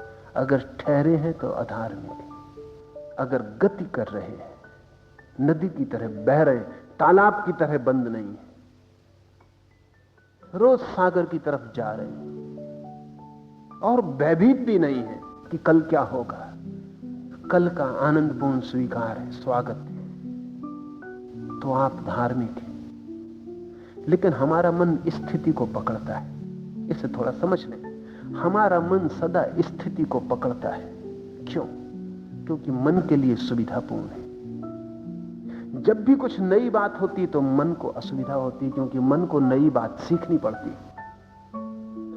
जब भी कोई नई घटना घटती तो मन को फिर से समायोजित होना पड़ता है, रीएडजस्टमेंट करना पड़ता है। इसलिए मन हमेशा आत्तें पसंद करता है, क्योंकि आत्तों के साथ कुछ नया नहीं है, सब पुराना है। इसलिए पुराने की धारा में आप बहे चले जाते हैं, नए से अड़चन होती है। इसलिए मन नए को पसंद नहीं करता। जब आप कोई नई बात सुनते हैं, आप फौरन पाएंगे भीतर रेसिस्टेंस है, भीतर विरोध है। जब आप कोई पुरानी बात सुनते हैं जो आप पहले से ही जानते हैं और मानते हैं, आप बिल्कुल स्वीकार कर लेते हैं कि बिल्कुल ठीक है। इसलिए नहीं कि बिल्कुल ठीक है, बल्कि इसलिए कि आप आदी हैं, आपको पता है कि ऐसा है। मन को कुछ सीखना नहीं पड़ता। मन सीखने का दुश्मन है। सीखने में प्रवाह है। मन चाहता है सीखो मत, जो है वहीं ठहरे रहो। पशुओं को देखें, पशु कुछ भी नहीं सीखते। सीखने की कोई संभावना ही नहीं। पशु बामुश्किल थोड़ा बहुत सर्कस के लिए उनको राजी किया जा सकता है, बाकी वो भी बामुश्किल, बिल्कुल स्थित है, पक्के अगर धर्म का आप अर्थ समझते हो तो पक्के आधार में के, क्योंकि जहां उनके बाप दादे थे वहीं वो है, बाप दादों के बाप दादे थे वहीं वो है। कभी कोई फर्क नहीं। अगर बंदर 10 लाख साल पहले का था तो बंदर अभी भी ठीक वैसा ही है, बड़ा पक्का अनुयायी है अपने बाप दादों का, प्राचीन का अनुयायी है, सनातन। वही उनकी धारणा है, कभी नहीं बदलता। कोई उपद्रव नहीं, कोई क्रांति नहीं, किसी तरह का परिवर्तन नहीं। आपके हिसाब से तो वही धार्मिक होना चाहिए। महावीर के हिसाब से वो अधर्म में जी रहा है। आदमी बदलता है, बदलता है, इसीलिए आदमी गति करता है, सीखता है, नया अनुसंधान करता है, आविष्कार करता है, खोजता है, नए क्षितिज खोलता चला जाता है और हमेशा तैयार है अपने पुराने को छोड़ने, काटने, बदलने को। इसलिए मैं कहता हूं महावीर की दृष्टि वैज्ञानिक है। विज्ञान कभी भी दावा नहीं करता कि जो हम जानते हैं वो ठीक है। वो कहता है अभी तक जो जानते हैं उस हिसाब से ठीक है, कल जो हम जानेंगे उस हिसाब से गलत भी हो सकता है। इसलिए महावीर कभी भी नहीं कहते कि यही ठीक है, वो कहते हैं इससे विपरीत भी ठीक हो सकता है, इससे भिन्न भी ठीक हो सकता है। ये एक दृष्टि है, और दृष्टियां भी हैं, उनसे ये चीज गलत भी हो सकती है। एक प्रवाह है जीवन सीखने का, जानने का। हम ज्ञान को पकड़ते हैं, जानने से बचना चाहते हैं। ज्ञान मुर्दा चीज है। मैंने आपसे कुछ कहा, आपने पकड़ लिया, कहा कि बिल्कुल ठीक, लेकिन जानने की प्रक्रिया से आप नहीं गुजरे। ज्ञान को हम पकड़ लेते हैं, जानने से हम बचते हैं, क्योंकि जानना बड़ा कष्टपूर्ण है। जैसे कोई खाल उतारता हो, पुराना सब उतरता है, नए में प्रवेश करना पड़ता है। इसलिए आप देखेंगे कि हमारे तथाकथित धर्मों में युवक उत्सुक नहीं होते हैं, बूढ़े उत्सुक होते हैं। होना उल्टा चाहिए। महावीर जब जीवन का रूपांतरण किए तब वो जवान थे, लेकिन मेरे पास जैन भी आते हैं, वो कहते हैं कि अभी तो काफी समय बाकी, और ये बातें तो अंतिम समय की हैं। अभी कुछ संसार को देख लें, फिर आखिर में असल में मरता हुआ आदमी सीखने में बिल्कुल असमर्थ हो जाता है। सब जड़ हो जाता है, सब ठहर गया होता है। उस ठहराव में आदमी धार्मिक हो जाते हैं, क्योंकि जिसको हम धर्म कह रहे हैं वो खुद एक ठहराव हो गया है। अगर धर्म जीवित हो तो जवान उत्सुक होंगे, अगर धर्म मुर्दा हो तो बूढ़े उत्सुक होंगे। मंदिर में कौन इकट्ठा है इससे पता चल जाएगा कि मंदिर जिंदा है या मर गया है। अगर मंदिर में बूढ़े इकट्ठे हैं तो मंदिर मर चुका है, बहुत पहले मर चुका है, बूढ़ों से मेल खाता है। अगर जवान इकट्ठे हैं तो मंदिर अभी जिंदा है। मतलब ये नहीं कि बूढ़े मंदिर ना जाएं, लेकिन अगर मंदिर जवान हो तो बूढ़ों को जवान होना पड़ेगा, और अगर मंदिर बूढ़ा हो, जवान उसमें जाएं तो उनको बूढ़ा होना पड़ेगा, तभी तालमेल बैठ सकता है। महावीर का धर्म युवा का धर्म है। एक बड़ी क्रांति महावीर ने की। हिंदू विचार था कि धर्म अंतिम बात है, चौथे चरण में जीवन के सन्यास, पहले पूरे संसार का अनुभव, ब्रह्मचर्य, शिक्षण का काल, फिर गृहस्थ भोग का समय, फिर वानप्रस्थ सन्यास की तैयारी का समय, और फिर 75 वर्ष की उम्र में, आखिरी 25 वर्ष में सन्यास। ये हिंदू धारणा थी। हिंदू धारणा दो चीजों पर टिकी थी, एक तो 4 वर्ण और 4 आश्रम। महावीर ने दोनों तोड़ दिए। महावीर ने कहा न तो कोई वर्ण है, जन्म से कोई वर्ण नहीं होता, जन्म से तो सभी शूद्र पैदा होते हैं। इन शूद्रों में से कभी कभी कोई ब्राह्मण हो पाता है, वो ब्राह्मण होना उपलब्धि है, जन्म से कोई ब्राह्मण नहीं होता। इसलिए महावीर की जब हम ब्राह्मण की परिभाषा पढ़ेंगे तो बड़ी अनूठी है। महावीर किसको ब्राह्मण कहते? जिसको ब्रह्म का अनुभव हो गया हो। तो जन्म से कोई कैसे ब्राह्मण हो सकता? जन्म से सभी शूद्र होते। तो महावीर ने वर्ण की धारणा तोड़ दी कि कोई ऊंचा नीचा नहीं है जन्म से, और महावीर ने 4 आश्रम की धारणा तोड़ दी और कहा कि ऐसी कोई बात नहीं है कि मरते समय धर्म। असल में ये तो बात ही गलत है।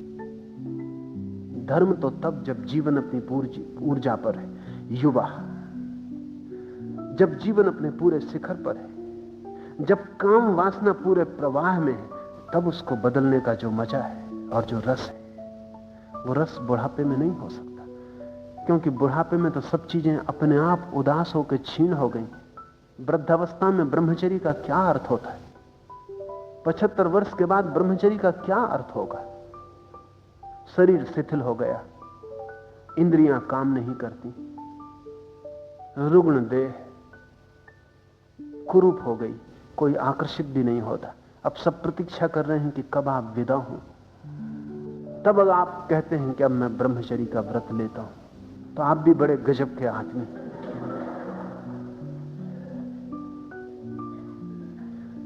जब सारे शरीर का रोआ रोआ वासना से भरा हो और जब शरीर का एक एक कोष्ठ मांग कर रहा हो और जब शरीर की सारी जीवन चेतना एक ही तरफ बहती हो, काम, तब कोई ठहर जाए, ट्रेन से उतर जाए, तब जो चरम अनुभव होता है जीवन के प्रवाह के बदलने का, वो वृद्धावस्था में नहीं हो सकता। इसलिए महावीर ने युवकों को संन्यास दिया। महावीर पर बहुत नाराज थे लोग। नाराजगी की बहुत सी बातों में सबसे बड़ी नाराजगी थी कि युवक संन्यास लें। क्योंकि आपको पता है युवक के संन्यास का मतलब क्या होता है? युवक के संन्यास का मतलब होता है सारा गृहस्थी का जाल अस्त व्यस्त होता है। बाप बूढ़ा है, वो युवक पर निर्भर है। पत्नी नई घर में आई है, वो युवक पर निर्भर है। छोटे बच्चे हैं, वो युवक पर निर्भर है। समाज का पूरा जाल चाहता है कि आप 75 साल के बाद संन्यास लें।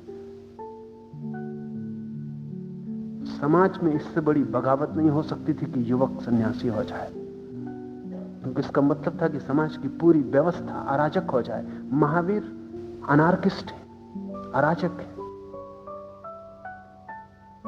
लाखों युवक सन्यासी हुए, लाखों युवतियां सन्यासी हुई। आप सोच सकते हैं उस समय का पूरा समाज का जाल कैसा अस्त व्यस्त हो गया होगा। सब तरफ कठिनाई खड़ी हो गई होगी, सब तरफ अड़चन आ गई होगी। लेकिन महावीर ने कहा कि वो अड़चन उठाने जैसी है, क्योंकि जब ऊर्जा अपने उद्दाम वेग में है तभी क्रांति हो सकती है और तभी छलांग हो सकती है। जैसे जैसे ऊर्जा शिथिल होती है वैसे वैसे छलांग मुश्किल हो जाती है। फिर आदमी मर सकता है, समाधिस्थ नहीं हो सकता। शिथिल होती हुई इंद्रियों के साथ कुछ भी नहीं हो सकता, क्योंकि शरीर ही तो यात्रा का रथ है। इसलिए महावीर ने युवक को संन्यास दिया। उसका भी कारण है कि धर्म गति है और युवक गतिमान हो सकता है, बूढ़ा गतिमान नहीं हो सकता। हिंदुओं ने एक समाज पैदा किया था जो स्टैटिक है, ठहरा हुआ है, तालाब की तरह। हिंदुओं के समाज में कभी कोई लहर नहीं उठी, इसलिए हिंदू माफ नहीं कर पाए महावीर को। आप हैरान होंगे कि उनकी नाराजगी का सबसे बड़ा लक्षण यह कि हिंदुओं ने महावीर के नाम का भी उल्लेख नहीं किया अपने किसी शास्त्र। और ध्यान रहे, यह आखिरी बात है। अगर मैं आपसे प्रेम करूं, यह एक संबंध है। आपसे घृणा करूं, यह भी एक संबंध है, क्योंकि मेरा नाता जारी रहता है। लेकिन मैं आपसे ना प्रेम करूं, ना घृणा करूं, उपेक्षा करूं, यह आखिरी बात है। क्योंकि जब हम किसी को घृणा करते हैं तब भी मूल्य देते हैं। महावीर को हिंदुओं ने आखिरी उपाय किया उनके साथ कि उनको उपेक्षा की, उनके नाम की भी चर्चा नहीं उठाई। जैसे ये आदमी हुआ ही नहीं, इसे भूल ही जाओ, इसकी चर्चा भी खतरनाक है। इसकी चर्चा चलाए रखने का मतलब है कि वो बिंदु जो इसने उठाए थे जारी रहेंगे।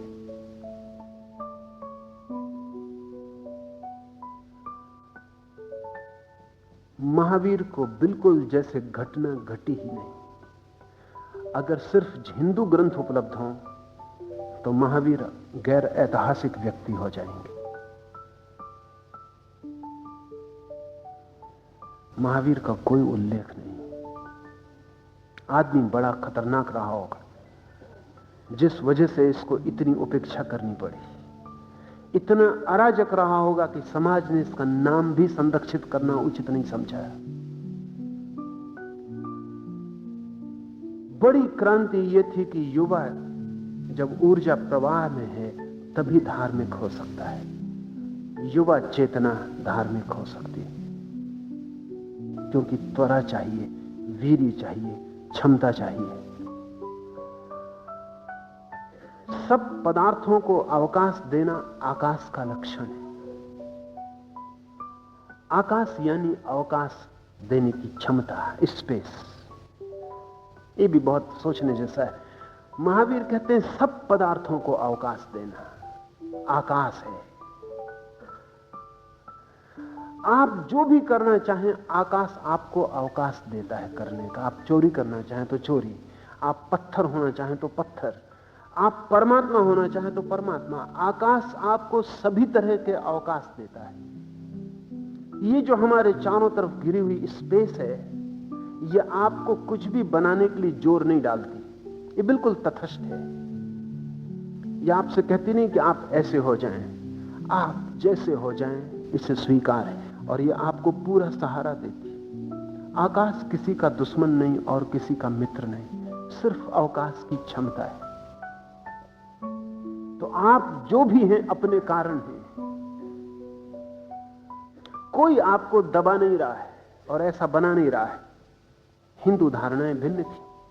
हिंदू धारणा थी कि आप ऐसे हैं क्योंकि परमात्मा है, नियति, भाग्य, आपके विधि में कुछ लिखा है, इसलिए आप वैसे हैं। आप परतंत्र हैं। महावीर कहते हैं आप पूर्ण स्वतंत्र हैं, और परमात्मा घेर रहा है सबको। हिंदू धारणा में, महावीर की धारणा में आकाश घेर रहा है। आकाश आपको कुछ भी बनाने के लिए उत्सुक नहीं है। आप जो बनना चाहते हैं आकाश राजी है, आपको वही जगह दे देगा। एक बीज है, वृक्ष बनता है, बरगद का वृक्ष बन जाता तो आकाश बाधा नहीं देता, उसे जगह देता है। रिसेप्टिव है, ग्राहक है। एक वृक्ष है, गुलाब का पौधा है, आकाश उसे गुलाब होने की सुविधा देता है। आकाश बिल्कुल तटस्थ सुविधा का नाम है। जो हमें घेरे हुए है वो कोई परमात्मा नहीं है जिसकी अपनी कोई धारणा है कि हमें क्या बनाए। कोई भाग्य हमें घेरे हुए नहीं, हमारे अतिरिक्त हमारा कोई भी भाग्य नहीं। पर ये बड़ी कठिन बात है। ये स्वतंत्रता भी है और एक महान जिम्मेवारी भी। निश्चित है जहां भी स्वतंत्रता होगी वहां रिस्पॉन्सिबिलिटी, वहां उत्तरदायित्व हो जाए।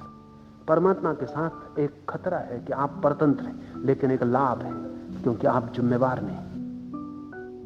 फिर आप पाप भी कर रहे हैं तो वही जिम्मेवार है। फिर आप नरक में भी पड़ते हैं तो वही जिम्मेवार है। फिर जो भी हो रहा है वही है। परतंत्र जरूर है, लेकिन परतंत्रता में एक लाभ है, एक सौदा है। वो ये कि आपकी कोई जिम्मेवारी नहीं, कोई चिंता नहीं, आप निश्चिंत। उसकी जो मर्जी, उसकी बिना मर्जी के पत्ता भी नहीं हिलता। महावीर परमात्मा की जगह आकाश की धारणा को स्थापित करते हैं, और वो कहते हैं पत्ता अपनी ही मर्जी से हिलता है और कोई मर्जी नहीं है। आकाश की अपनी कोई मर्जी नहीं है आपको हिलाने डुलाने की। आकाश सिर्फ अवकाश देता है। पत्ता हिलना चाहता है तो अवकाश देता है, पत्ता ठहरना चाहता है तो ठहरने के लिए सुविधा देता है। निरपेक्ष अस्तित्व है चारों ओर। यह अस्तित्व आपको न तो खींच रहा है और न धक्के दे रहा है। आप जो भी कर रहे हैं आपके अतिरिक्त और कोई भी जिम्मेवार नहीं। आप परम स्वतंत्र हैं, लेकिन तब चिंता पैदा हो जाती है, क्योंकि तब उसका अर्थ हुआ कि अगर गलत हो रहा है तो मैं जिम्मेवार हूं। उसका अर्थ हुआ कि अगर मैं दुख पा रहा हूं तो मैं जिम्मेवार हूं। कोई ऊपर परमात्मा नहीं। इसलिए बहुत बड़ी संख्या में महावीर के अनुयायी नहीं बन सके, क्योंकि लोग चिंता छोड़ना चाहते हैं, चिंता पकड़ना नहीं चाहते। गुरु के पास लोग आते हैं कि मेरा बोझ आप ले लो, और ये महावीर खतरनाक आदमी ये सारे संसार का बोझ आप पर रखे दे रहा। गुरु के पास आप जाते हैं, उसके चरणों में सिर रखते हैं कि संभालो, बस अब आप ही हो, आपकी जो मर्जी वैसा ही। क्या आप एक आकाश में बैठे परमात्मा को समर्पण करते हैं? समर्पण क्या करेंगे? आप पास है क्या समर्पण करने को सिवाय दुख उपद्रव के? तो आप कहते हैं कि आपकी ही मर्जी। आप छोड़ क्या रहे हो? बीमारियां, उपाधियां, उपद्रव, पागलपन। लेकिन एक लाभ है, हो परमात्मा या ना हो, जब आप अनुभव करते हैं कि किसी को छोड़ा तो आप निश्चिंत हो पाते हैं। महावीर की प्रक्रिया बिल्कुल उल्टी है। महावीर कहते हैं कि धार्मिक व्यक्ति अति चिंता से भर जाएगा। इसे समझ लें, क्योंकि बिल्कुल विपरीत है। समर्पण नहीं है महावीर की धारणा में, संकल्प। महावीर कहते हैं कि धार्मिक व्यक्ति ही चिंतित होगा, अधार्मिक तो चिंतित होते ही नहीं। और यह बात सच है। धार्मिक चिंता से बड़ी चिंता और नहीं हो सकती, क्योंकि धार्मिक चिंता का अर्थ यह है कि मैं जो भी हूं मैं जिम्मेवार हूं, और कल जो भी मैं होऊंगा मैं ही जिम्मेवार होऊंगा। इसलिए एक एक कदम फूंक फूंक के रखना है, और किसी दूसरे पर दायित्व नहीं टाला जा सकता, और किसी के कंधों पर बोझ नहीं रखा जा सकता, और दोष दूसरों को नहीं दिए जा सकते। सब दोष मेरे हैं। खतरा है, भारी चिंता का बोझ सिर पर हो जाएगा। अकेला हो जाऊंगा मैं, कोई सहारा नहीं। इसलिए महावीर कहते हैं असहाय है आदमी। हिंदू भी कहते हैं आदमी असहाय है, लेकिन हिंदू कहते हैं आदमी असहाय है इसलिए परमात्मा का सहारा खोजो। महावीर कहते हैं आदमी असहाय है और कोई सहारा है नहीं, इसलिए अपने ही सहारे खड़े होने की चेष्टा करो। निश्चित ही महाचिंता गिरेगी सिर पर ध्यान रहे, इस चिंता को झेलने को जो राजी है उसके आनंद का मुकाबला कोई भी नहीं कर सकता, क्योंकि इसी चिंता से विकास है, इसी चिंता और संघर्ष से निखार है, इसी चिंता से फौलाद जन्मेगा, इसी आग से। कोई सहारा नहीं। इस असहाय अवस्था में ही खड़े रहने की हिम्मत, साहस आत्मा का जन्म बनेगी। और एक ऐसी घड़ी आएगी कि जब किसी सहारे की कोई जरूरत भी नहीं रह जाएगी, आकांक्षा भी नहीं रह जाएगी। आदमी अपने ही पैरों पर पूरी तरह खड़ा हो जाए। महावीर कहते हैं जब भी कोई आत्मा अपनी अवस्था में पूरी तरह खड़ी हो जाती और बाहर के कोई सहारे की जरूरत नहीं होती, तब सिद्ध की अवस्था है। जब तक बाहर का सहारा चाहिए तब तक संसार है। इसलिए महावीर की धारणा में भक्ति की कोई गुंजाइश नहीं है। मगर जैन बड़े अद्भुत लोग हैं, वो महावीर के सामने हाथ जोड़े खड़े, वो उन्हीं की पूजा प्रार्थना कर रहे हैं, और महावीर कहते हैं भक्ति का कोई उपाय नहीं, और महावीर से कोई सहारा नहीं मिल सकता। सहारा चाहिए हो तो दूसरी जगह जाना पड़े, कृष्ण के पास जाना पड़े। कृष्ण कहते हैं अर्जुन छोड़ सब, मेरी शरण में आ। वो अलग मार्ग है, अलग पद्धति है। महावीर कहते हैं छोड़ मुझे और अपने पैरों पर खड़ा हो। इसलिए महावीर कभी कृष्ण की बात नहीं कह सकते। और जैनों ने अगर कृष्ण को नरक में डाल रखा है तो उसका कारण है, महावीर की दृष्टि बिल्कुल विपरीत है। महावीर कहेंगे ये बात ही उपद्रव की है कि कोई किसी की शरण जाए, ये तो खतरा है, ये तो इस आदमी की आत्मा का हनन है। अगर कहीं अर्जुन महावीर के पास गया होता तो वो कहते तू भी किसके चक्कर में पड़ गया। वो कृष्ण कह रहे हैं सर्वधर्मान परित्यज्य मामेकम शरणम व्रज, सब धर्म मर्म छोड़ मेरी शरण आ। महावीर कहते कि सब शरण छोड़ निज शरण बन। महावीर का शब्द है अशरण बन। और जब तू अशरण बन जाएगा तभी तू सिद्ध हो सकता है। इसका यह अर्थ नहीं है कि कृष्ण के मार्ग से लोग नहीं पहुंच जाते, उस मार्ग से भी पहुंचते हैं। ज्यादा लोग उसी मार्ग से पहुंचते हैं, लेकिन महावीर का मार्ग अनूठा है। जिनमें साहस है उनके लिए चुनौती है, जिनमें थोड़ी हिम्मत है, जिनमें थोड़ा पुरुषार्थ है, उनके लिए महावीर का मार्ग है। कृष्ण का मार्ग स्त्रीण, स्त्री चित्त के लिए है, समर्पण। महावीर का मार्ग पौरुषेय है, पुरुष का है, लेकिन पुरुष बहुत कम है, स्त्रियां बहुत ज्यादा हैं। पुरुषों में भी स्त्री चित्त ज्यादा है, क्योंकि आदमी इतना कमजोर, भयभीत, डरा हुआ, और मन की आकांक्षा की कोई सहारा मिल जाए, कोई कह दे। इसलिए तो इतने गुरु पैदा हो पाते हैं दुनिया में, नहीं तो इतने गुरु का कोई उपाय नहीं। ये गुरु नहीं है, ये आपकी खोज है किसी सहारे की। इसलिए एक गधे को भी खड़ा कर दो, शिष्य मिल जाएंगे। इसमें गधे की कोई खूबी नहीं है, मगर सहारे की खोज है, उसको भी मिल जाएंगे। एक पत्थर को भी रख दो, उस पर भी सिंदूर लगा दो, थोड़ी देर बाद आप देखोगे कोई आदमी फूल रख के सिर रख रहा है। सिर रखने की जरूरत है किसी की, ये पत्थर मूल्यवान नहीं है। पत्थर तो सिर्फ जरूरत की पूर्ति है, एक मांग है। महावीर का मार्ग निर्जन है, अकेले का है, एकाकी है। जिनका साहस है केवल उनके लिए, जिनकी हिम्मत है अकेले होने की, उनके लिए। आकाश का लक्षण है अवकाश देना, काल का लक्षण है बरतना। समय का अर्थ है चलना, वर्तन, होना। समय पर कोई दोष मत दें कभी। लोग समय को दोष देते रहते हैं, लोग कहते हैं समय बुरा है। जैसा आकाश जगह देता है आपको दिशाओं में, ऐसे ही समय आपको जगह देता है भविष्य और अतीत की दिशा में। आइंस्टीन ने तो अभी सिद्ध किया कि समय भी आकाश का ही एक अंग है, वो भी एक दिशा है। 4 दिशाएं आकाश की हैं, ये 2 दिशाएं भी आकाश की हैं। फर्क इतना ही है कि इनमें आगे पीछे की यात्रा है। समय भी आपको अवकाश देता है, समय भी आपके ऊपर जोर नहीं डालता।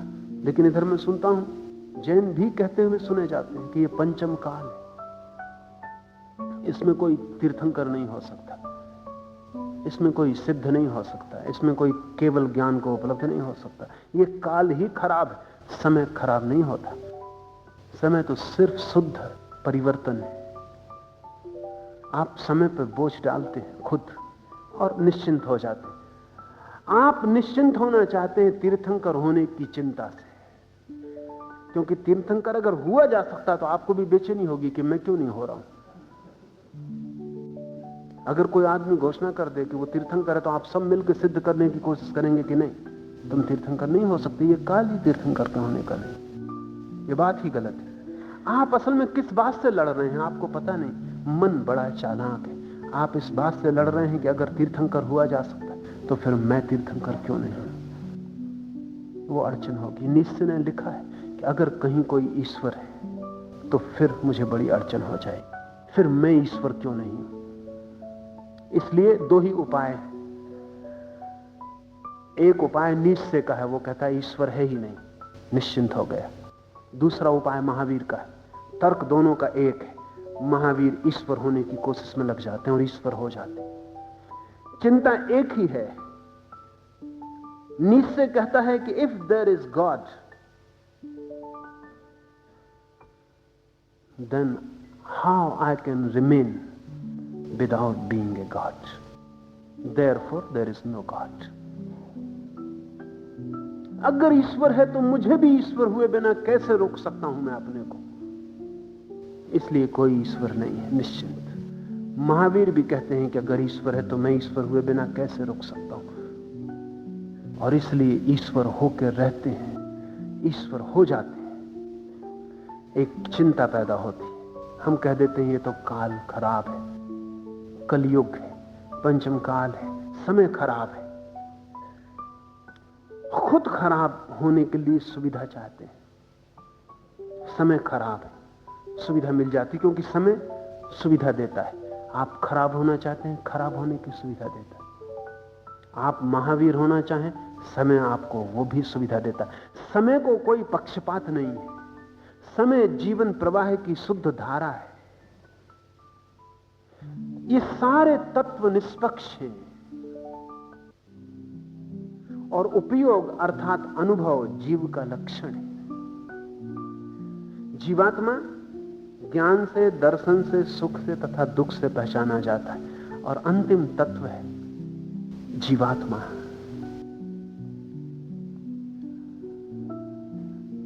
जीव का लक्षण जैसे आकाश का लक्षण अवकाश और काल का लक्षण वर्तन और धर्म का लक्षण गति और अधर्म का लक्षण अगति, वैसे जीव का लक्षण अनुभव।